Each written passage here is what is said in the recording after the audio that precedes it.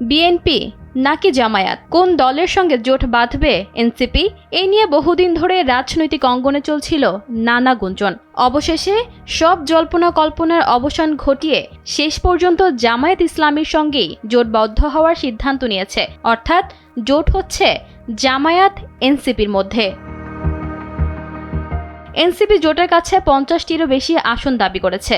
জামায়াতের স্পষ্ট কথা, আবেগ বা দাবির মুখে নয়, বরং যে মিত্রের যে আসনে জেতার সম্ভাবনা সবচেয়ে বেশি তাকে সেখানেই সমর্থন দেওয়া হবে।